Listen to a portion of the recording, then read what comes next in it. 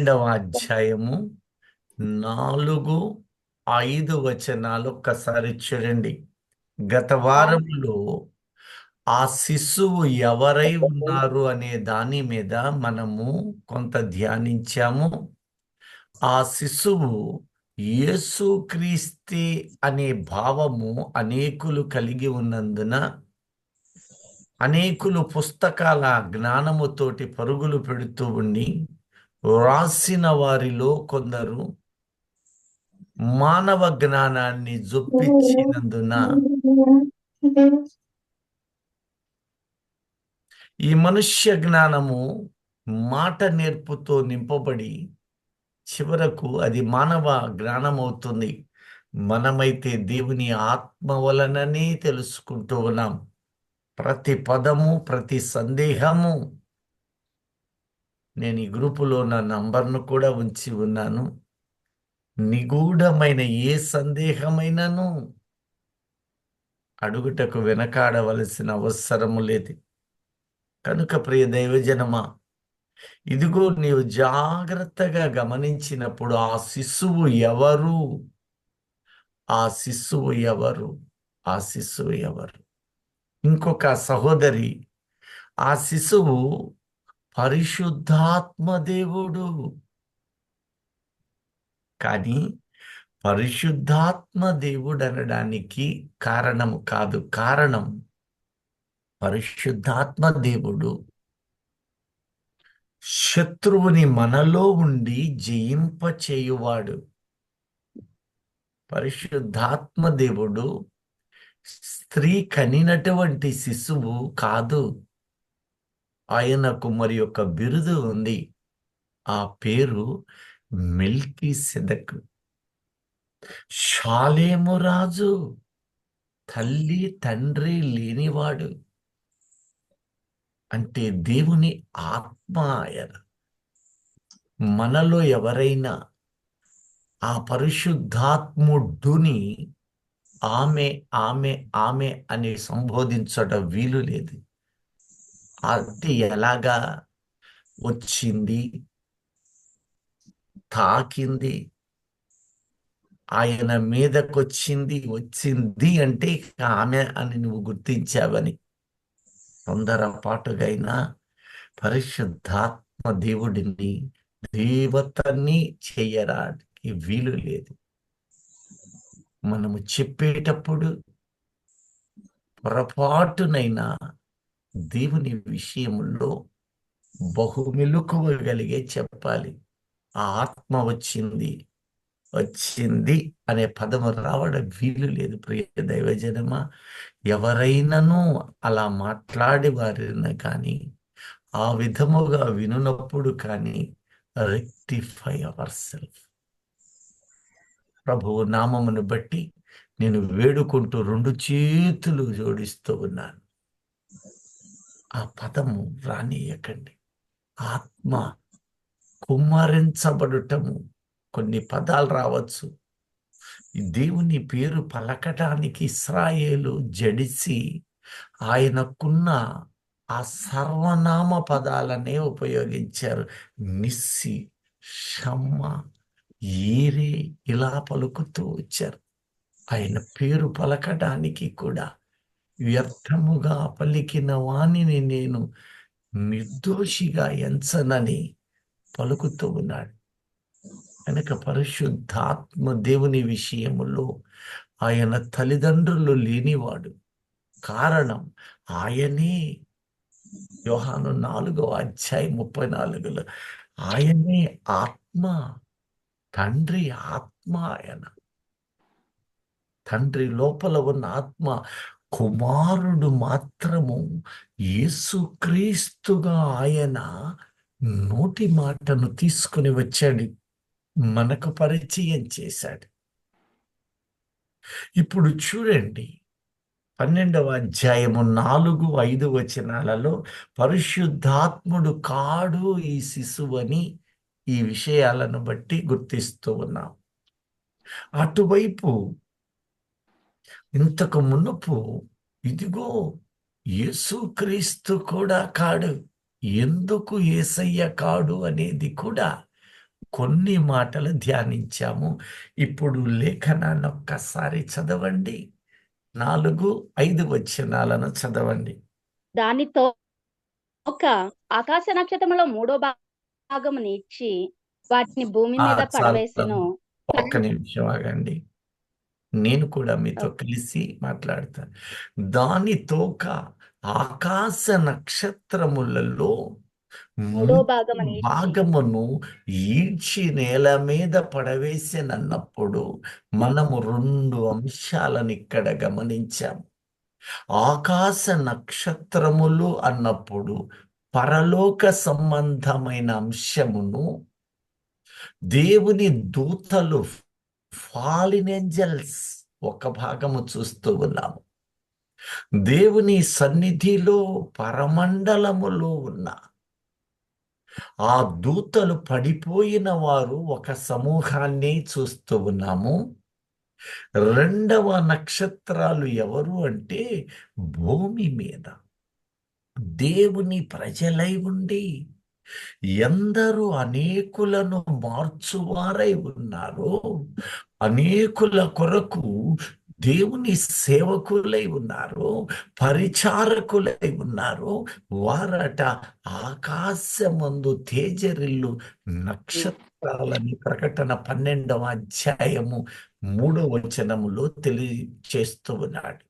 ఇందులో కూడా 2 మాటలు, బుద్ధిమంతులు. ఇప్పుడు మన గ్రూపుల్లో వాక్యము విని వాక్యానుసారముగా తమ జీవితాలను మార్చుకునేవారు, వారిని బుద్ధిమంతులు. ఇంకా స్పష్టంగా ఏంటంటే మనోనేత్రములు వెలిగించబడేవారు. మనోనేత్రాలంటే ప్రియ దైవజనమ, లోకస్తులు కొంటది 3వ కన్ను, 4వ కన్ను, 5వ కన్ను. వారికి తెలియదు. వాక్యాన్ని జాగ్రత్తగా వినడం, విన్న వాక్యము ఈ దినమున, నిన్నటి దినమున నాకు ఎలాంటి స్థితిని నేను కలిగాను, వాక్యమేం చెప్తుందో శ్రద్ధ కలిగి గ్రహించడము, వాక్యానుసారముగా గ్రహించి నడవడం. చాలా మంది అది కూడా అనుకుంటారు, ఏదో ఒక నేత్రం ఉంది, అది పరలోక దర్శనము. ఇక దర్శనానికి నేత్రాలు లేవు, కాళ్ళు కీళ్ళు ఏమి లేవు. మనోనేత్రము, మనస్సు యొక్క నేత్రము, హృదయము యొక్క నేత్రము తెరువబడుట అంటే సత్యమును గమనించుట. వీళ్ళను బుద్ధిమంతులు, ఆకాశమందు జ్యోతులు. చూడండి, ఆ జ్యోతులను పోలిన వారు. ప్రకృతిని, ఆకాశమందున్న సమూహాలను దేవుడు ఏం చేస్తున్నాడంటే ఒక సాదృశ్యాలుగా మనకు తెలుపుతాడు. ఇప్పుడు అంటూ ఉన్నాడు, ఇదిగో పడిపోయిన ఫారిన్ ఏంజల్స్ స్థితిగతుని తెలిపిన దేవుడు ఈ లోకములో ఉన్న ఈ దేవుని ప్రజలు సువార్త ప్రకటించువారు, సుందరమైన పర్వతముల మీద పాదములు కలిగిన వారు, అంటే ఎత్తి పట్టుకొనబడిన వారు. వీరిని పడద్రోయాలి. ఒక్క సేవకుని పడగొడితే అనేకులను వారి నోటి మాట ద్వారా రక్షణానుభవమును దేవుడు ఏర్పాటు చేశాడు. వాళ్ళందరినీ మాయలను, అపవిత్రతలు, శోధనలలో, కల్పనా కథలలోను, మితము లేని వంశావళులు, ఇలా అనేకమైనవి భిన్నమైన వాక్యము బైబిలులో ఉన్న మాటలు కాకుండా శపించబడేటటువంటి అనుభవపు మాటలు. ఒక్కసారి ఈ అధ్యాయాన్ని చూడండి. గలతీ పత్రిక 1వ అధ్యాయము 8 మరియు 10 వచనాలు ఒక్కసారి చూడండి. వాక్యానికి కుడికి ఎడమకు తిరిగే స్వభావం. వాక్యము సూటిగా సాదృశ్యాలతో చెప్పలేక మానవ యొక్క కోరికలలో పడి కళ్ళు ఆశించినవి పరుగులు పెడుతూ శపించబడినటువంటి మాటలని జనములు హృదయాలలో తలంపులలోనికి నెట్టువారు లోకములో ఎందరో ఉన్నారు. సంతోషం ఏమిటంటే మన మధ్యలో మనకు ప్రకటన చేయువారు, దేవుని సువార్త అందించు వారిలో ఆ స్వభావములు దేవుడు ఇవ్వకుండా పరిశుద్ధాత్మను కంచెగా వేసి ఉన్నాడని ఎరిగి ఆయనను స్తుతించుకుందాం. హల్లెలూయా. హల్లెలూయా. మైకు పట్టుకోగానే వారి నోట వచ్చే మాటలు ఎంత వేదనాభరితం, ఎంత వేదనాభరితం. అలాంటి దినాలు నేడు కనపడుతున్నది. సినిమా పాటలను కూడా దేవుని వాక్యములో కలుపుతున్నారు, హాస్యాన్ని కలుపుతూ ఉన్నారు. ఇవన్నీ అంత్య దినాలలో వాడి దూతలుగా వారు ఉన్నారనే సంగతి వారు మరచిపోతూ ఉన్నారు. అంటే దేవుడు ఒకవైపు అందిస్తూ ఉన్నాడు, మరి ఒకవైపు శోధన శరీర క్రియలు ఇటు అందిస్తూ ఉన్నాయి. మనుష్యుడు ఇదిగో ఆకాశ నక్షత్రముగా వెలుగొందు మనుష్యుడు ఇటువైపు ఉన్న దేవుని వాక్యానికి బదులు తమ మార్గమును చులిపి వేసుకుంటున్నారు. చదవమ్మా. మేము మీకు ప్రకటించిన సువార్త గాక మరి యొక్క సువార్తను మేమైనను పరలోకం నుండి వచ్చిన యొక్క దూత అయినను మీకు ప్రకటించిన ఎడల అతడు శాపగ్రస్తుడవును గాక. మేమైనను ప్రభువు మాటను బట్టి మరలా చెప్పుచూ ఉన్నాను. దేవదూత అయినను సరే అని ఆ 10వ వచనంలో కూడా స్పష్టపరుస్తున్నాడు. ఇప్పుడు ఈ గ్రూపులో మనకి కృపనిచ్చినందుకు దేవునికి మహిమ కలుగును గాక. చదువు తల్లి. ఆమె 10వ వచనం చదువు. ఇప్పుడు నేను మనుషుల దయను సంపాదించుకొన చూచున్నానా, దేవుని దయను సంపాదించుకొన చూచున్నానా? నేను మనుషులను సంతోష పెట్టగొరుచున్నానా? నేను ఇప్పటికీ మనుషులను సంతోష పెట్టువాడనైతే క్రీస్తు దాసుడును కాకపోవుదును. క్రీస్తు దాసుడను నేను కాకపోతుంది అంటే ఏమైంది? ముసుగు ఆకాశ నక్షత్రములుగా వెలుగొందునప్పుడు, మొట్టమొదట అభిషేకించబడ్డప్పుడు సేవ నిమిత్తమై పరుగులు పెడుతూ ఉన్నారు. ఆ తరువాత బరువులు, బాధ్యతలు, కుటుంబము విస్తరించే కొద్దీ సంఘము ఎదుగునప్పుడు మనిషిలో తెలియని పరిస్థితులు ప్రారంభమవుతాయి. ఆత్మీయ స్థితి కొల్లబడుతుంది. ఇక శరీరానుసారమైన ఘనత, పడాయి, ఆర్భాటము, గొప్పతనము, నేను అనే స్వభావం వచ్చి తీరు. ఇక అది వచ్చిన తరువాత ఇక పట్టాల మీద పరుగులు సాధ్యపడదు.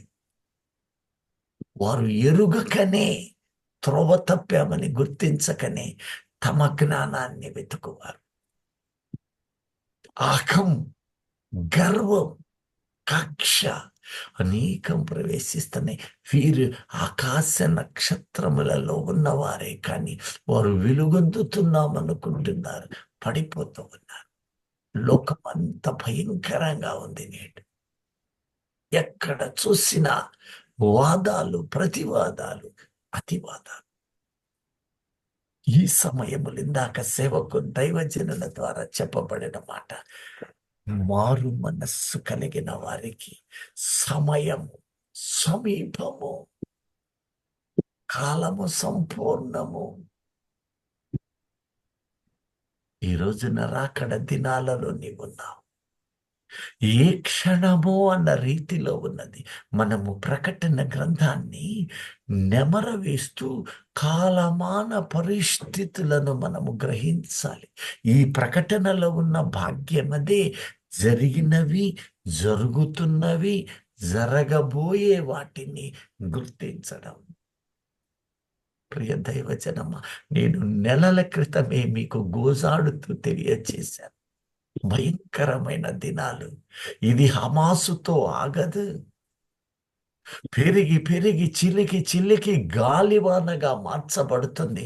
కారణం, యేసుక్రీస్తు రాకడ రాబోతుంది. ఆ మూడవ మందిరము కట్టాలి అంటే అక్కడ ఉన్న అదుగో హమాసు వారే కాదు, హివ్వీయులు, హిత్తీయులు, మోయాబీయులు, అమ్మోనీయులు, ఈ 31 మంది రాజుల సమూహపు జనమంతా కొట్టబడాలి. ఆ యెరూషలేములో ఉన్న 3 ప్రాంతాల వారు చేర్చబడ్డారు. కానీ ఒక భాగం అయితే ఇదిగో ఇంకా రాలేదు. అదే నేటి పాలస్తీనా, గాజా, బోస్రా. అవి తన ప్రజలు దేశ దేశాలకు చెల్లాచెదురైన వాళ్ళను నేను పిలుస్తానని ప్రకటించిన దేవుడు, అంత్య దినాలలో నా రాకడ సమయములో, నా మందిరము కట్టాల్సిన సమయములో అందరూ ఉండి కట్టాలి కదా.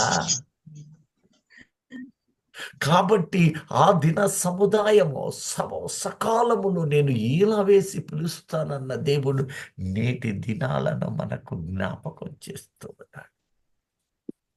ఏ ప్రాంతము లెబనోను ప్రాంతము ఆ ఉత్తర దిక్కు ప్రాంతముగా ఉన్నదో అక్కడ నుంచే బాంబులు సమస్తము తయారు. ఇటు నుంచి బోస్రా, పాలస్తీనా, గాజా, అనేక ప్రాంతాలు, ఇవన్నీ ఉత్తర దిక్కు. మీరు పరిశోధన చేయండి. ఈ ఉత్తర దిక్కున ఉన్న ఈ ప్రాంతమంతా అదుగో ఆక్రమించిన వారిని చెదరగొట్టి శ్మశానముగా చేస్తానని యెహెజ్కేలు, ఇర్మియా ద్వారా పలకబడిన లేఖనాలు నేడు నీవు చూస్తూనేవాడు. బాంబుల వర్షాలతోటి శత్రువు అక్కడి నుంచి బాంబు వేస్తూ ఉన్నాడు. కానీ ఎవరి మీద అంటే ఆ పట్టణం మీదనే. శత్రువుతో పాటు ఇశ్రాయేలు లేస్తూ ఉన్నారు. ఎవరి మీద? ఆ పట్టణాలు ధ్వంసమై పాతి పెట్టడానికి, శవాలను పాతి పెట్టడానికి స్థలము లేనంతగా నేను వాటిని చేస్తూ ఉన్నాను. అగ్ని రాజబెడుతూ ఉన్నాను. బూడిద వలె మారుస్తూ ఆకాశమునకు ధూపము, పొగ వెళ్ళటం మీరు చూస్తారు. అయ్యో, ఎంతో ఘనమైన ఈ పట్టణాలు ఇలా అయినవేమిటి? ఆశ్చర్యము ప్రకటనకారుడి ద్వారా బయలుపరుస్తున్న మాట. అంటే ప్రభువు రాకడ ఎంత దగ్గరలో ఉందో ఒక్కసారి యోచన చేయి. ప్రభువు రాకడ ఎంత బలంగా రాబోతూ ఉన్నదో. అయితే మనలో ఉన్న ఈ పరిశుద్ధాత్మ దేవుడు మనలను కొనిపోతూ ఉన్నాడు. మనలను కొనిపోబోతూ ఉన్నాడు. సిద్ధపడబాలి. బహు ప్రయాసతోటి సిద్ధపడదాం. సంపూర్ణ వివేచనతో సిద్ధపడదాం. కారణం, వాడిప్పటికీ లోకములో అనేకులను, నక్షత్రాలను ఈడ్చి నేల మీద, భూమి మీద పడవేశాను అన్నప్పుడు ఈ భూమి మీద పడవేయటం ఒక్కటే కాదు, భూ సంబంధమైన జీవితం. నేలను ఈడ్చివేశాడు అంటే నేల సంబంధమైన జీవితం. ఈ నేలను గురించి దేవుడు ఆదాముతోనే ప్రవచనం ఇస్తూ ఉన్నాడు. ఈ నేల ముళ్ళ పొదలను, గచ్చ తుప్పులను పొదలనిస్తూ ఉన్నది అంటే నేల నీ హృదయం. నేల నీ హృదయము. ఈ హృదయములో గచ్చ పొదలుంటాయి. ఆదామా, ఇక్కడ కూడి ఉన్న ప్రతి ఆదాము అవ్వలకు తెలియచేస్తూ ఉన్నాడు. ఈ పరిచర్య చేసే ప్రతి బిడ్డకు తెలియచేస్తూ ఉన్నాడు. ఈ హృదయాలు పొదలతో నింపబడుతూ ఉన్నాయి. నీవు సేద్యము చెయ్యి. నీవు సేద్యము చెయ్యి. ఆ ముళ్ళను తొలగించు సాధనము నీవే. సేద్యము చెయ్యి. పొలముగా మార్చు వాక్యమని విత్తనము చెయ్యి. కారణం, శత్రువు వాడు గురుగులు విత్తుతూనే ఉన్నాడు. దినము విత్తుతూనే ఉన్నాడు. నీవు పోరాటము కలిగి దినము నీవు సిద్ధముగా ఉండాల్సింది. ఆయన రాకడ సమీపమైన కాలాలు. అందుకనే ఆ స్త్రీని గురించి, గర్భము ధరించిన స్త్రీ అయితే ఆ శిశువు యేసుక్రీస్తు కాడు. కారణం ఏమిటి అంటే యేసుక్రీస్తు భూమి మీదకు వచ్చాడు. ఘట సర్పము ఈ బిడ్డను ఇక్కడ ప్రకటనలో మింగలేకపోయాడు. ఆ శిశువు దేవుని యొద్దకు వెళ్ళాడు మింగకుండా. కానీ మన ప్రభు అయిన యేసుక్రీస్తు ఘట సర్పమునకు దొరికాడు కావాలని. ఆ ఘట సర్పము మింగాలి. ఎందుకంటే ఆ గర్భములో, ఆ యొక్క ఘట సర్పము కడుపులో అనగా పాతాళ గర్భమది, 7 ప్రాంతాల నిలయమది. అందులో చెరలో ఉన్నవారు కొందరు, మగ్గిపోయి అగాధములో ఉన్నవారు కొందరు, అదుగో మట్టు లేని ప్రాంతములలో నిలబడి ఉన్నవారు, అనేక ప్రాంతాలలో ఉన్నవారు. వీళ్ళను విడుదల చెయ్యాలి. వీళ్ళందరికీ పెట్టబడిన పేరు పాతాళ గర్భము, దానికి ఘట సర్పము కడుపు. ఇక్కడ కూర్చబడిన వారిని, పాతాళములో మందగా ఉన్న వారిలో పరిశుద్ధులు లేపబడాలి. కనుక ఆయన కూడా, ఆయన ఘట సర్పము దగ్గరకు రావాలి. ఘట సర్పము ఆ వైరం కారణముగా కాటు వేయాలి. వేశాడు. కాటు వేశాక యేసయ్యకు మరణం వచ్చింది, చనిపోయాడు, పాతాళములో పెట్టబడ్డాడు. అయితే కీర్తనకారుడే స్వయంగా దర్శించి ఆ దర్శనాన్ని అంటున్నాడు, నీ పరిశుద్ధుడు పాతాళములో ఉన్నాడు, కానీ అతడు కుళ్ళు పట్టాడు. అంటే పాతాళ గర్భములోనికి అదుగో మింగివేశాడు.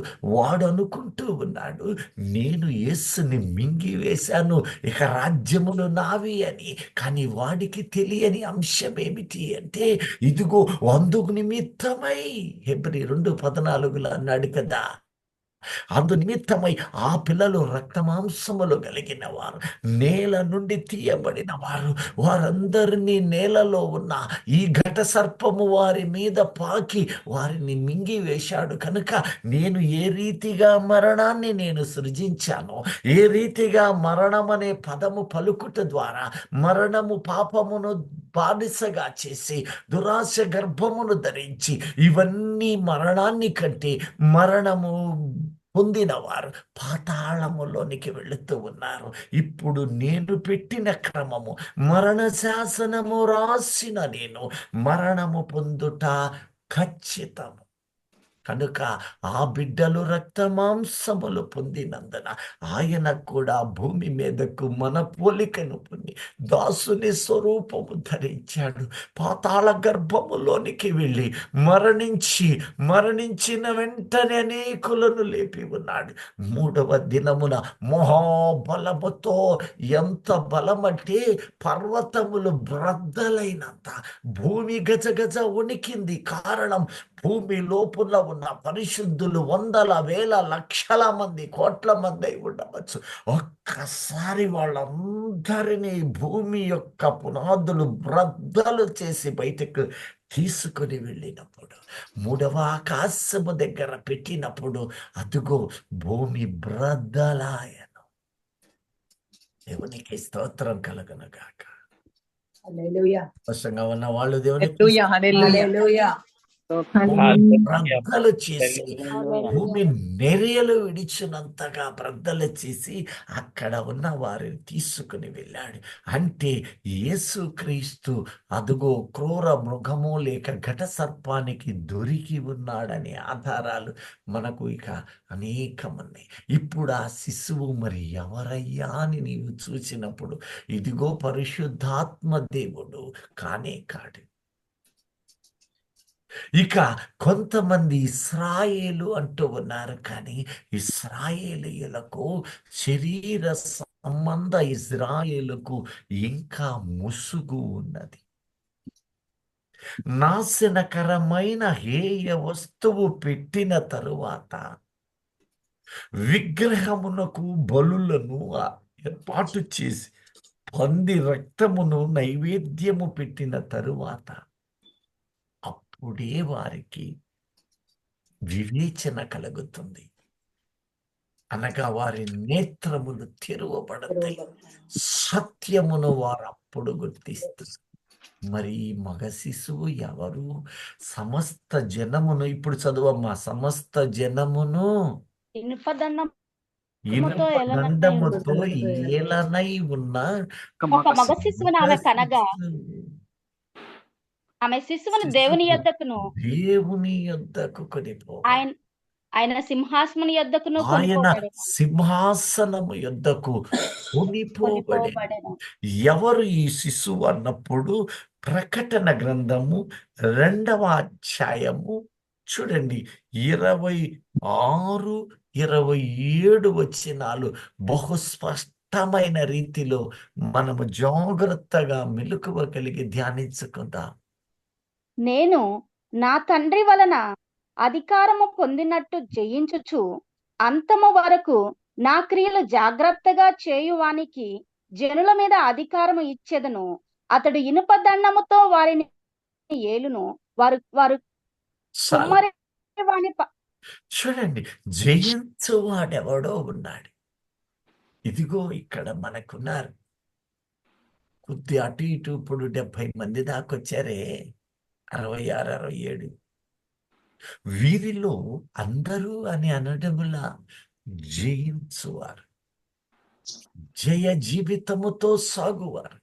ఇరుకులు, ఇబ్బందులు, అవమానాలు, నిందలు, భయంకరమైన వ్యాధులు ఏవైనా కానీ, ఎన్ని ఉన్నా కానీ ఆయనను పట్టుకొని ఆ ఏడ్చేదేదో ఆయన సన్నిధిలోనే కన్నీళ్లు పెడుతూ, అయ్యా నాకు ఈ సమస్య దూరం చేయి నాయనా, నన్ను బలపరచు. ఎందు నిమిత్తము? నేను హాయిగా బ్రతుకు నిమిత్తం కాదయ్యా, నీ పరిచర్య నిమిత్తం, నీకు నీ సన్నిధికి నేను ఒక పాత్రగా ఉండాలయ్యా. అయ్యా నన్ను పాత్రను చెయ్యయ్యా. ఈ జీవిత కాలములో ప్రతి దినము జయముతో కూడిన అనుభవాలు నాకు కావాలయ్యా. నీవుంటే నాకు చాలయ్యా. మంచి మాట. ఆయన ఉండి ప్రయోజనమేమిటి? ఆయన నీలో ఉండి అనేకులను నీ వలె మార్చువాడు. నీ క్రియల ద్వారా వారిని ఆకర్షిస్తూ ఉన్నాడు. నీవు ఆయన పాత్రవి. లోకములో, లోకపు క్రియలలో నుండి నిన్ను ప్రత్యేకపరిచిన నాడు ఆయన సంకల్పం అదే. నీవు నీ క్రియలను పక్కన పెట్టి ఆయన క్రియల వైపు చూడు. ఆయన అప్పుడు నీ క్రియలను చూస్తాడు. నీ తలంపులన్నీ ఎరిగినవాడు. పరిశుద్ధాత్మను నీకు తోడుగా పరిచాడు. సంచకరువు అని పేరుగా వచ్చాడు. ఆ ఆత్మ నీలో ఉండి నీవు నడుమ సిద్ధమైనప్పుడు, నీవు చేతులు జార్చి అడిగినప్పుడు ఆయన నీకు ఆత్మను కుమ్మరించటయే కాదు, నీకు మార్గమును సిద్ధపరుస్తాడు. అయ్యా నేను ఎక్కడికి వెళ్ళాలి? నేను ఎటు వెళ్ళాలయ్యా? అయ్యా నాకు మాట మాధ్యం ఉందనయ్యా. అయ్యా నాకు భయమయ్యా. ఏమైనా చెప్పు, కానీ నీకు త్రోవను కలుపుతూ ఉన్నాడు. నీవు సిద్ధపడే హృదయం, నీవు సిద్ధపడే హృదయం, జయించే హృదయము కలిగిన వారు కొందరున్నారు. నా బ్రతుకు తెరువు కాదిక, నా కుటుంబం మీద ఆనుకోవలసిన పని లేదు, భూ సంబంధమైన వాటి వైపు నేను తలగాల్సిన పని లేదు. వదిలివేసి, సంపూర్ణంగా వదిలివేసి నీవే నీవే అని చూడు ఒక్కసారి. ఆయన నిన్ను ఏ స్థాయిలో లేవనెత్తుతాడు. నీవెంతగా అనుకున్నావో అంతకంత నీవు నీ పనులు చేయవచ్చు. బ్రతుకు తెరువు అది. కానీ వాటితో పాటు నీ స్వరము దేవుని మాటదై ఉండాలి. నీ నోట వచ్చు ప్రతి పలుకు ఆశీర్వాదకరమైనదై ఉండాలి. లోకపు ముచ్చట్లు వాక్యముతో కలుపుతూ మిక్స్ చెయ్య వీలే లేదు. ఎటు మాట్లాడినా శోధకుడు పక్కనే ఇది నిజమా అన్నట్లుగా వాడు వస్తూనే ఉంటాడు. మెలకువ కలిగి ఉండు, శ్రద్ధ కలిగి ఉండు. ఒకడు రాగానే వీడు ఏం మాట్లాడుతూ ఉన్నాడు, ఒక సహోదరి రాగానే ఈమె ఏం మాట్లాడుతూ ఉన్నది, ఆత్మ సంగతులేనా? అయితే ఆత్మతో వివేచన చేసుకుంటాను. ఎందుకంటే నేను మనోనేత్రములు వెలిగించబడ్డ వ్యక్తిని. ఒక వ్యక్తి ఇక్కడికి రాగానే వెంటనే శ్రేయోభిలాషమైన మాటలు వస్తూ ఉంటాయి. అది క్లుప్తమైనదై ఉండాలి. ఆ తరువాత మహిమకరమైన వాళ్ళు అన్యులే కాని అన్యులు గనకైతే నీ ఇంటికి వస్తే అది స్వార్థగా మార్చబడుతుంది. ఒకవేళ విశ్వాసులే నీ యొద్దకొస్తే నీ నోట దేవుని పలుకులు వింటూ ఉన్నప్పుడు, దైవ సంబంధమైనవే పలుకుతూ ఉన్నప్పుడు వారి ఆత్మని ఆత్మతో కలిపి ఇదిగో ఆయన తొంగి చూసు అనుభవం. యెహోవా తన జనులు మాట్లాడుకొనుచు ఉండగా ఆయన చెవి యొగ్గి ఆలకిస్తూ ఉన్నాడు. ఆహా, వీరు కదా ముందడుగు వేస్తూ ఉన్నారు. జయించువాడు, జనుల మీద అధికారి. అంతేకాదు దానియేలు గ్రంథము 7వ అధ్యాయము 18 మరియు 22 వచనాలు ఒక్కసారి చూడండి. అయితే మహోన్నతుని పరిశుద్ధులే రాజ్యాధికారము నందుదురు, వారు యుగయుగములు యుగాంతముల వరకు రాజ్యమేలుదురు. ఇనుపదంతములను ఇత్తడి గోళ్లను గల ఆ 4వ జంతువు సంగతి ఏమైనది 22వ వచనం నేను తల్లి. తెలుస్తానగు. 22. ఆ మహావృద్ధుడు వచ్చి మహోన్నతుని పరిశుద్ధుల విషయములో తీర్పు తీర్చు వరకు అలాగు జరుగును గాని సమయము వచ్చినప్పుడు ఆ పరిశుద్ధుల రాజ్యము నేలుదురను సంగతి నేను గ్రహించి తిని. ఇదిగో ఇప్పుడు వీరంతా ఎవరు అంటే మహోన్నతుని యందు విశ్వాసులు. ఈ విశ్వాసులు పరిశుద్ధులు, యేసు రక్తముతో కడగబడ్డ నీవు పరిశుద్ధునిగా ఉన్నావు. నీకు రాజ్యం ఇస్తూ ఉన్నాను. ఆ రాజ్యము నీవు వశము చేస్తూ ఉన్నాను. నా తండ్రి నాకు రాజ్యం ఇస్తూ ఉన్నాడు. లూకా 22వ అధ్యాయము 29-30 వచనాలు. నా తండ్రి నాకు రాజ్యం ఇచ్చినట్లు ఆ అధికారము నాకు ఇచ్చాడు గనుక ఇప్పుడు నేనేం చేస్తున్నానో తెలుసా? నీకు రాజ్యం ఇస్తూ ఉన్నాను. ఆ రాజ్యములో ఇక చీకటికి స్థానము లేదు.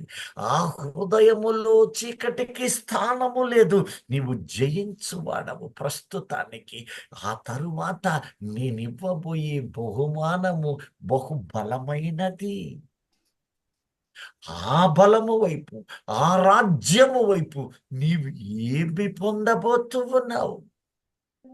నీవు పొందబోయే అధికారము ఎంతుంది? చదవమ్మా. కనుక నా తండ్రి నాకు రాజ్యమును నియమించినట్టుగా నా రాజ్యములో నా వల్ల యొద్ద అన్నపానములు పుచ్చుకొని సింహాసనం మీద కూర్చుండి ఇశ్రాయేలు 12 గోత్రముల వారికి మీరు తీర్పు తీర్చుటకై నేనును మీకు రాజ్యము నియమించుచున్నాను. చూడండి, నీకు ఇస్తూ ఉన్నాను. ఇశ్రాయేలు 12 గోత్రాల మీద. ఇప్పుడు 17వ అధ్యాయము లూకా 19వ అధ్యాయం 17-19 చూడండి. అతడు, బలా మంచి దాసుడా, నీవు ఈ కొంచెముల నమ్మకముగా ఉంటివి గనుక 10 పట్టణముల మీద అధికారివై ఉండుమని వానితో చెప్పెను. చూసారా? 5 నాణ్యాలు, 10 నాణ్యాలు వ్యాపారము చెయ్యి. ఇది ఆత్మ సంబంధము. నా దేవుడు అంటున్న మాట, వ్యాపారము, లాభము పొందు. This are all business. Like నీకు కృపావరాలను ఇచ్చానయ్యా, నువ్వు వెళ్ళి లాభం తీసుకురా అంటే, నశించిన ఒక ఆత్మను, చెదలు పట్టిన ఆత్మను, పాపములో నశించు వారిని నీవు సంపాదిస్తే, ఆ సంపాదించిన ప్రతి ఆత్మ, ప్రతి మనుష్యుడు ఒక నాణ్యమట. ఎంత కమ్మని మాట! ఈ రోజున ఈ సూటి ప్రశ్న మీ ముందు ఉంచుతున్నాను. మీరు ఎన్ని నాణ్యాలు పోగు చేశారు? భౌతికమైన నాణ్యాలు నేనెత్తను. ఇక్కడ ఉన్నారే ప్రతి బిడ్డ, ఎన్ని నాణ్యాలు పోగైనాయి మీ ద్వారా? గోతిలో పెట్టానయ్యా, అవతలోళ్ళు వినటం లేదయ్యా, నా మాట ప్రయోజనం కాదయ్యా.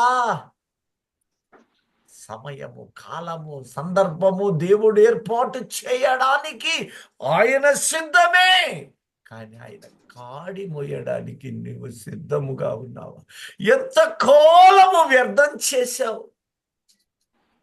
దేవుని వాక్యము ప్రకటించలేక ఎంత కాలము వ్యర్థం చేశావు? ఒక్కసారి ఆలోచన చేశావా? గతించిన కాలం ఇక చాలు, గతించిన కాలం ఇక చాలు, రాకడ దగ్గరలో ఉన్నది. ఆయన అంటున్నాడు, ఒక నాణ్యముకు ఈజ్ ఈక్వల్ టు ఒక పట్టణాన్ని ఇస్తాడంట.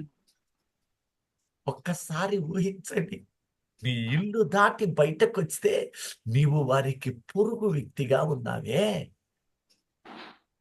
ఇరుగు పొరుగుగా స్నేహభావమే ఉంది. అలాంటి నిన్ను 10 మందిని పోగు చేసి తెస్తే 10 మందికే రాజ్యం ఇస్తానంటల్లా, 10 పట్టణాలకి ఇస్తాను. 10 పట్టణాలకి ఇస్తాను. 5 ఆత్మలను నువ్వు సంపాదిస్తే ఏమంటున్నాడు అక్కడ చూడండి. అంతటా రెండో వచ్చి, అయ్యా, నీ మీనా వలన 5 మీనాలు లభించిననగా అతడు, నీవును 5 పట్టణముల మీద ఉండుమని అతనితో చెప్పెను. అంతటా మరి ఒకడు వచ్చి, అయ్యా, ఇదిగో నీ మీనా, నీవు పెట్టిన దానిని ఎత్తుకొని వాడవను, విత్తిన దాన్ని కోయువాడవునైనా కఠినుడవు గనుక నీకు భయపడి దీనిని రుమాలను కట్టి ఉంచితినని చెప్పెను. అందుకతడు, చెడ్డదాసుడా, నీ నోటి మాటను బట్టియే నీకు తీర్పు తీర్చుదును. నేను పెట్టిన దానిని ఎత్తువాడను, విత్తిన దాన్ని కోయువాడనైనా కఠినుడని నీకు తెలిసి ఉండగా నీవెందుకు నా సొమ్ము సహకారుల యొద్ద నుంచలేదు? అట్లు చేసి ఉండిన ఎడల నేను వచ్చి వడ్డీతో దానిని తీసుకొందునే అని వానితో చెప్పి, వీని యొద్ద నుండి మాట, అయ్యా నేను సేవ చేయలేకపోతున్నానయ్యా, నా వల్ల కావటము లేదయ్యా. నువ్వు నన్ను రక్షించావు, కానీ ఆ రక్షణను మేము కొనసాగించడానికి, ప్రకటించడానికి నా వీలు పడట్లేదయ్యా అంటే ఆయన ఉచిత సలహా కూడా ఇస్తున్నాడు. నువ్వు వెళ్ళి అక్కడ సౌకర్యుడు, నా మందిరములో పూట కూలివాడు, సేవకుడు, దానికి పేరు పెట్టాను సావుకారు దగ్గర. అనగా కనీసం నువ్వు చెప్పలేకపోతే, నీకు వాక్యము వల్ల కాలేదు అంటే నీవు చేయాల్సింది మరొకటి ఉన్నది. అక్కడ ఒక ఆయన ఉన్నాడు, దేవుని మందిరములో ఒక కుమ్మరి ఉన్నాడు. దేవుని సన్నిధికైనా పోదాం రండి అని నీవు పిలుస్తూ ఉన్నావా?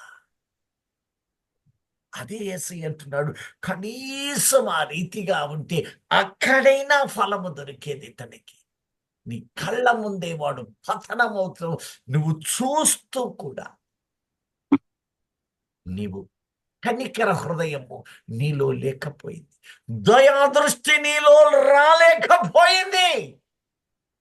నీ వటకు రక్షించబడ్డావు కనుకనే నీ కుటుంబము కూడా బలహీనమవుతుంది. నీ ఇరుగు పొరుగు వారు బలహీనులుగానే నిన్నుకు ఒకప్పుడు నీ స్థితి అదే కాదా? ఒకప్పుడు నీ స్థితి అదే కాదా? నిన్ను లేవనెత్తా. మరి నీకు ఎన్ని నీవు అడిగితే అడుగు ప్రతి వానికి నేను ఆత్మనిచ్చాను. అయితే మన గ్రూపులో కొందరు మాత్రము ఆయన సేవకై పరుగులు పెడుతూ ఉత్సాహముతో వయస్సు మీద పడ్డా ఆయనను ప్రకటిస్తూ ధైర్యము కలిగి వెళ్ళేవారు ఉన్నారు. వీరిని బట్టి దేవునికి మహిమ కలుగును గాక. స్తోత్రాలు. వీరిని ఇంకను దేవుడు బలముగా వాడుకొనును గాక. వచ్చిన అదిగో సాక్షి సమూహం అక్కడ ఉన్నది. ఇంత గొప్ప సాక్షి సమూహము మేఘము వలె ఆవరించిందని ఎబ్రి 12 చెప్పబడిన మాట. నన్ను ఆవరించింది. ఆవరించి పరుగు పెట్టు అశాశ్వతమైన వీటిని పక్కన పెట్టమని మనలో కొందరిని పిలుస్తూ ఉన్నాడు. ఆయన అందరినీ పిలుస్తూ ఉన్నాడు. ఈ లోకము దాని నటన గతిస్తూ ఉన్నది. ఆ నటనలో నీ ఉండటానికి వీల్లేదు. ఉంటే నీకు జయించే జీవితము రాజాలదు. నువ్వు జయము పొందజాలము. నీవు ఎలా ఉండాలో తెలుసా? హోషేయ 12వ అధ్యాయము 3 నుండి మగ సిరి కలిగిన వాడై ఉండాలి. దేవునితో పోరాటము చేసి, పోరాటం అంటే దేవునితో కాదు, దేవుని కొరకు ఆయన కాళ్ళు పట్టుకొని ఆయన జాలిపడు రీతిలో వదిలిపెట్టక అలా పట్టు. నీవు నన్ను లేవనెత్తితేనే నేను వెళతాను. ఈ రోజునంత ప్రార్థన చేసే ఓపిక ఎక్కడుంది? ఎంతమంది కొద్ది? కనీసం 7 గంటలు సన్నిధిలో ఉంటే మినిమం 7 నుంచి 12 నీవిక ఆత్మ నీలో ఎంత పరవశిస్తాడు. చికాకులు, చింతలు నువ్వు ప్రార్థన చేసేటప్పుడు మొదట కాసేపు మానవ రీతి తలంపులు వస్తూ ఉంటాయి, ఊహలు వస్తూ ఉంటాయి, ఎక్కడెక్కడో అలికిళ్ళు అవుతూ ఉంటాయి.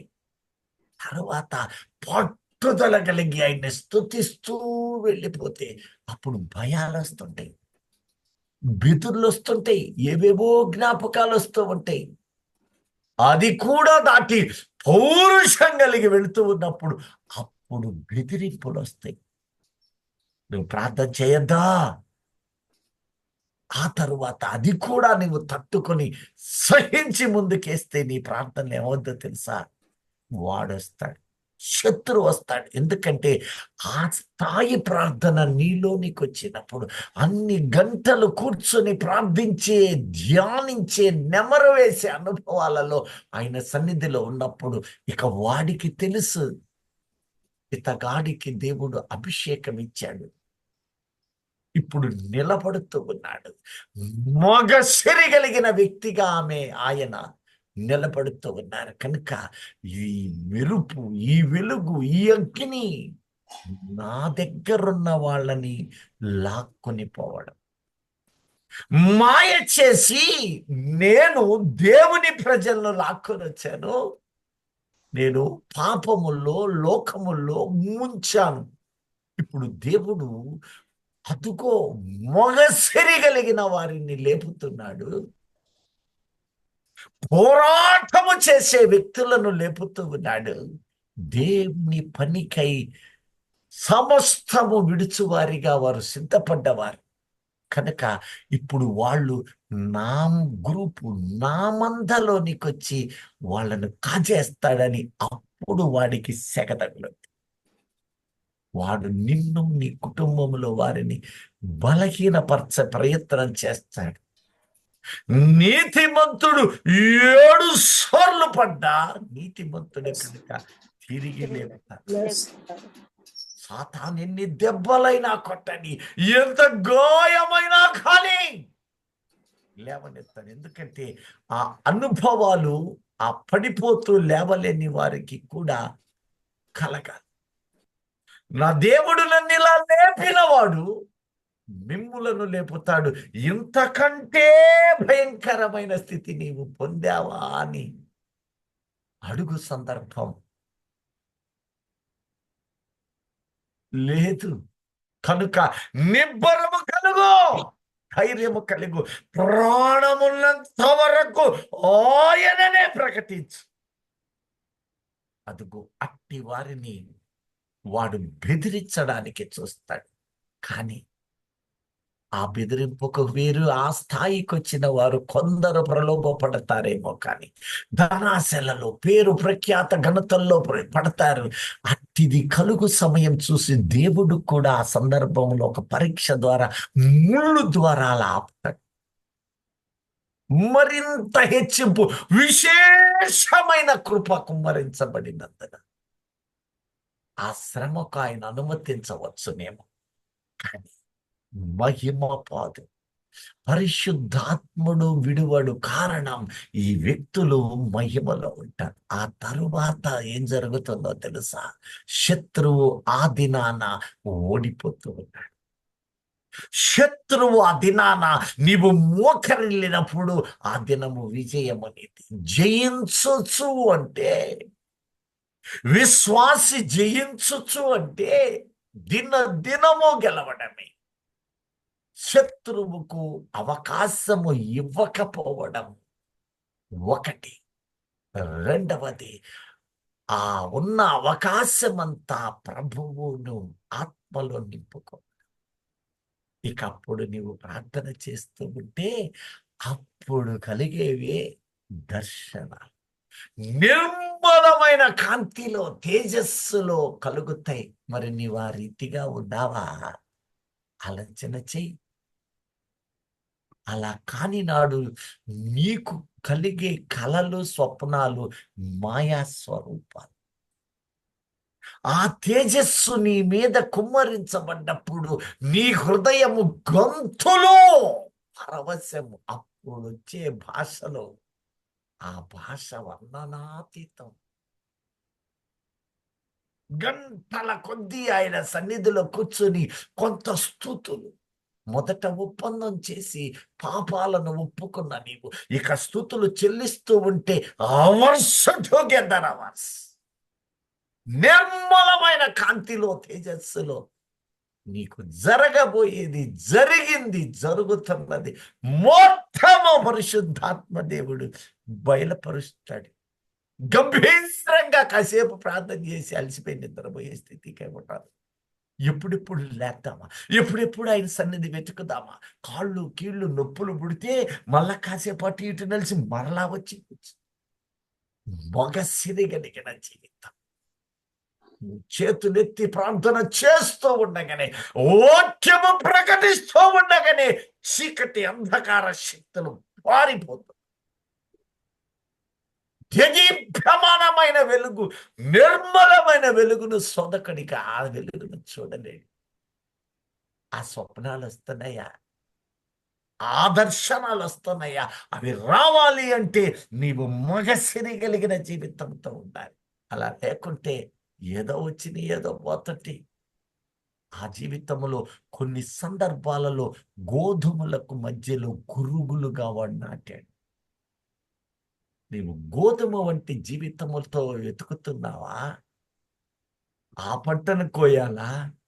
గురువు అనబడి తాత్కాలికంగా నీవే పరిశీలన చెయ్యి. నా ప్రార్థన, నా విశ్వాసం, నా నమ్మకం, నా నడత ఎంతసేపు ఉంది? 10% ఉందా? 24 గంటలు, 2.5 గంటలు నీ వ్యక్తిగతమైన ప్రార్థన చెయ్యి. మినిమం అది. ఇక మ్యాక్సిమం నీ ఊహకే వదిలేస్తున్నారు.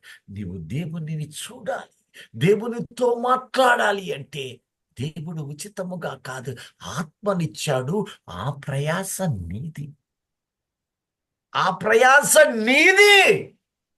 నేను మాత్రం గుర్రు పెట్టి నిద్రపోతాను, నేను మాత్రం హాయిగా పడుకుంటాను, నేను మాత్రం నా అవసరాలు చూస్తాను, నేను మాత్రం నా బ్రతుకులో ఉంటాను. ఆయన మాత్రం కనపడాలి అంటే ఆయన నీతో చెప్పే మాట ఏమిటి? నీకు నేను ఇచ్చు కృప, నీకెంత కావాలో అంతకు తగిన విధంగా నీ హృదయం. అప్పుడు అట్టి వారిని అంటూ ఉన్నాడు, పరిశుద్ధుడు, జయించువాడు, జయించువాడు. ఇందాక ప్రకటన 2:22-25 అంటూ ఉన్నాడు, జయించువాడు వీటిని స్వతంత్రించుకుని. ఇప్పుడు చదవండి అమ్మా, 12వ అధ్యాయం హోషేయ 3-5 వచనాలు. తల్లి గర్భమందు యాకోబు తన సహోదరుని మడిమను పట్టుకొని తల్లి గర్భమందే యాకోబు తన సహోదరుని మడిమ పట్టుకొని వచ్చాడు. నాకు దీవెన కావాలి. ఏ స్థితిలో ఉన్న గర్భములోనే, ఎంత మంచి మాట, మడిమను పట్టుకుని మగసిరి. చదువమ్మ. మగసిరి గలవాడై అతడు దేవునితో పోరాడెను, అతడు దూతతో పోరాడి జయమొందెను, అతడు కన్నీరు విడిచి అతని బతిమాలెను. చూడండి, నీ ప్రార్థన ఎలా ఉంది ఇప్పుడు? అబాటంగా ఉందా? కన్నీళ్లతో ఉందా? నీవు కన్నీళ్లతో ప్రార్థన అలవాటు చేసుకో. నశిస్తూ ఉంది లోకము, వాటి వాటి ప్రయాసంలో ఉంది. అయ్యా అయ్యా అయ్యా, నీ సన్నిధిలో సమయము కేటాయించలేని జీవితాలు నా ఇంటే ఉన్నాయ్యా అని ఏడు. నా భార్య రూపములో ఉంది, భర్త రూపములో ఉంది, బిడ్డల రూపము, రక్త సంబంధికులు. ప్రతి దినము గెలవలేక ఒక రోజు గెలిచి రెండో రోజు సతికిలబడతాను. బాగా సిరిగలవాడై పోరాటం చేశాడు. ఆ పోరాటము కాళ్ళు పట్టుకొని బ్రతిమిలాడి కన్నీళ్లు పెడుతూ ఉన్నాడు. అదే పోరాటం. నీ ప్రార్థనలో ఉన్న భాష అదే. నువ్వెంత ఏడ్చావు, ఎంత చేతులెత్తావు, ఎంత విజ్ఞాపన చేశావు అనేది అక్కడ కనపడుతుంది. నీ ప్రార్థన బలం ఎంత గొప్పది, నిర్మలమైన కాంతిలోనికి వెళుతూ ఉంది. దీప్యమానమైన వెలుగులో క్రీస్తు మహిమను చూస్తావు. అద్దములో చూసినట్టు ఈరోజు చూస్తావు. ఆయన ప్రేమ నీలో సంపూర్ణంగా నింపబడుతూ ఉంది. ఆ ప్రేమలో ఉన్న స్వభావ లక్షణాలు గత సమయంలో చదువుకున్నాం. ఆ ఉప్పొంగులు లేని సాత్వికమైన మనస్సు నీలోనికి వచ్చింది అంటే అప్పుడు క్రీస్తు నీలో నిరంతరము ప్రకాశిస్తూ ఉన్నాడు. ఇప్పుడు అంటూ ఉన్నాడు, ఆ శిశువును గురించి తెలుపుతూ ఇక్కడ అంటున్నాడు, కాళ్ళు పట్టుకొని నీవు నన్ను దీవిస్తేనే నేను వెళతానని ఆ దూతతో చెబుతున్నాడు. ఆ దూత మరెవరో కాదు, అనాది కాలములోనే యాకోబు ప్రకటించిన, మోషే ప్రకటించిన నిబంధన దూత. ఆయనే నిబంధనను పెట్టినవాడు, ఆయన నిబంధనను నెరవేర్చినవాడు, నేడు నెరవేరుస్తున్నవాడు మన ప్రభువైన యేసుక్రీస్తే. నీకు నాకు ప్రార్థనలు నేర్పినవాడు ఆయన. హెబ్రీ 5వ అధ్యాయము 7వ వచనములో నీవెలా చెయ్యాలో నీకు నేర్పాడు. ఎందుకంటే మరణించడము తేలిక, మరణము తేలిక, చెప్పి కూడా రాదు. దాని ఇష్టం వచ్చినట్టు అనేకులను నీవు ఈ క్షణం వరకు చూస్తూనే ఉంటావు. క్షణం ముందు బాగున్నవాడు క్షణములోనే మరణ వ్యాధులు, క్షణములోనే అపాయాలు, క్షణములోనే ఘోరకలులని నలిగిపోతారు. కానీ మరణము నుంచి లేవడము మాత్రము అది సాధ్యము కాదు. ఆయన మనకు తాను తండ్రి యొద్ద మరణము మీద ఎలాగ అధికారము కలిగాడో నీవు కూడా అలాంటి ప్రార్థనా జీవితం ఉంటే, అలాంటి ప్రార్థన బ్రతుకు ఉంటే నిన్ను కూడా లేపుతాడు. నీ ద్వారా అనేకులను లేపుతారు. అదుగో అట్టి జీవితమట మగసిరి కలిగిన వాడు. అట్టివాడు పరిశుద్ధుడు, అట్టివాడు మగ శిశువు. చదవమ్మ ఒక్కసారి. హల్లెలూయా. తల్లి గర్భమందు యాకోబు తన సహోదరుని మడిమను పట్టుకొనెను. అమ్మా, మగ హెబ్రీ శిశువలై 5, అతడు దేవుని హెబ్రీ 5:7. Okay uncle.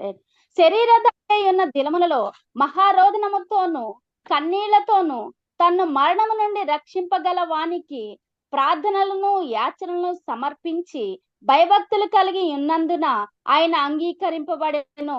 చూడండి ఎన్ని పదాలు అక్కడ పెట్టాడు. శరీరధారి అయి ఉన్నప్పుడు మొదటి మాట ఏమంటున్నాడు? చదవమ్మా. మహారోదనముతో ఒకటి మహారోదన. ఇది ఎందుకు? కన్నీళ్లు. మీరు ఎప్పుడైనా మహారోదన పెట్టుంటారు, కానీ మహారోదన పెట్టిన వాళ్ళు ఎవరో చెప్పండి, మీరే లెక్కేసుకోండి. అంత రోదన ఏముందయ్యా, అసలు ఏడవాల్సిన పని ఏముందయ్యా అంటే, ఈ దేహము మన్నులో ఒక దినము కలుసుద్ది, దీనిని లేవనెత్తాలి, ఇది పరదేశకు వెళ్ళాలి. వెళ్ళకపోతే నీవు విడువబడే పరిస్థితిలో ఉంటావేమో. రక్షించిన నీ ద్వారా ఆయన వెతుకుతూ ఉన్నాడు. ఆయనే భూమి మీద చేసి పని మహారోదన. అయ్యా అయ్యా, నశించే బ్రతుకు నుంచి శుద్ధి చేయయ్యా, అయ్యా మరణము నుంచి రక్షించయ్యా, అయ్యా పునరుత్థాన బలమీయ్యా, అయ్యా పరలోకములకు వారసులను చెయ్యయ్యా. యాకోబు కన్నీళ్లు విడిచిన తీరు, ప్రభువు చూపుతున్న తీరు నీ జీవితంలో అలవాటు చేసుకో. దీనముగా మహారోదనతో కన్నీళ్లతో వాక్యము విత్తునప్పుడే కాదు, వాక్యము వినునప్పుడు కూడా, వాక్యమును మాట్లాడినప్పుడు కూడా, నీవు ఏ సమయమైనా నీ దీనస్థితి కనబడి తీరాలి. నీ దీనస్థితి కనబడి తీరాలి. అది దేవుడు చూసి దీనాత్ములు ధన్యులు, ధన్యులు, ధన్యత, పరలోక రాజ్యమే వారి వశం. కన్నీళ్లతో ఇంకా ఏమంటున్నాడు? తను మరణము నుండి మహారోదనతోనూ కన్నీళ్లతోనూ తను మరణము నుండి రక్షింపగలవానికి మరణము నుండి రక్షించబడు వారికి. మరణించిన వారు లోకములో కళ్ళ ముందెందరో ఉన్నారు, కానీ మరణ విమోచన పొందుతూ పరదేశుకు వెళ్ళిన వారి స్థితులు ఎంతమందివి? నీవు నేను మనము వెంబడించువారు, మనలను వెంబడించువారు అందరూ కూడా అక్కడ కనపడాలి. అప్పుడు యాచనలో అయ్యా అయ్యా అయ్యా అయ్యా యాచన, విజ్ఞాపనలు. చదువమ్మా. ప్రార్థనలను యాచనలను సమర్పించి భయభక్తులు కలిగి ఉన్నందున. ఇంకొకటి భయము, భక్తి. దేవుని భయమే ఉంటే మెలకువ కలిగి నీవు ఉంటావు. వేకువనే భయం కొద్ది లేస్తావు. నీ మంచం కింద ఘటసర్పం ఉంది అంటే నువ్వు నిద్రెట్ట పట్టుద్ది, వాడు కాసుకొని ఉంటాడు. కనుక వీటన్నిటిని ఇంకా చాలా రెఫరెన్స్లు ఉన్నాయి, కానీ వీటన్నిటిని చూచినప్పుడు మగసిరి కలిగిన శిశువు, ఆ శిశువుకు రాజ్యం ఇస్తూ ఉన్నాను, 10 నాణ్యములు ఇచ్చినవాడు. ఇదిగో మరి 10 సంపాదిస్తే 10 పట్టణాలను ఇస్తాను. ఒక పట్టణము పల్లె కాదటది, తాలూకా కాదు, పట్టణము, నగరము, మహానగరము. ఒక విజయవాడ నగర జనాభా ఎంత? లక్షల మంది. 10 పట్టణాలకు నిన్ను రాజుగా, సామంతరాజ్ఞిగా నిన్ను నన్ను అలంకరిస్తున్నాడు. రాజుకి ఏం చేస్తాడు? కిరీటం పెడతాడు, సన్నిధిలోకి అన్ని ఇస్తాడు, మహారాణిగా మహారాజుగా శోభనిస్తూ ఉన్నాడు. మహిమ గల సింహాసనం, లోకస్తులకు తీర్పు తీర్చువారిగా, దేవదూతలకు తీర్పు తీర్చేవారిగా, ఇశ్రాయేలు 12 గోత్రములో ఉన్న వారికి తీర్పు. చూసారా? ఆ శిశువు దేవుని యొద్దకు వెళుతూ ఉన్నాడు. ఆ శిశువు మరెవరో కాదు, ఆ స్త్రీ కనినటువంటి వారిలో ఒక భాగమైన ఇదిగో ఆత్మ సంబంధ ఇశ్రాయేలు నీవు నేనై ఉన్నావు. అట్టి మహిమలో జీవించి పరిశుద్ధాత్మ వెలుగులో నడిచి ఆయన కాపుదలలో అనేకులను మార్చు సాధనమై ఒక్కొక్క వ్యక్తిని రక్షించినప్పుడు ఒక పట్టణానికి నీవు అధికారివై ఎలబోతున్నావు అని ఎరిగి సాక్షి సమూహముని మేఘము వలె నిన్ను ఆవరించిందని గుర్తించి రాకడలోనికి అనేకులను భాగస్వాములను చేయుదము గాక. మన ప్రయాస వ్యర్థము కాకుండా బలమైన ప్రార్థన జీవితముతో నడుస్తూ ఉన్నప్పుడు శత్రువు పారిపోవును గాక. ఘనత భావములు ప్రభువు మన మీద కుమ్మరించి ఆయన మహిమ గల రాకడకు సిద్ధపరచువారిగా అనేకులను తెచ్చువారిగా మనలను మార్చునుగాక. మనము గాక. ఆమేన్. హల్లెలూయా. హల్లెలూయా.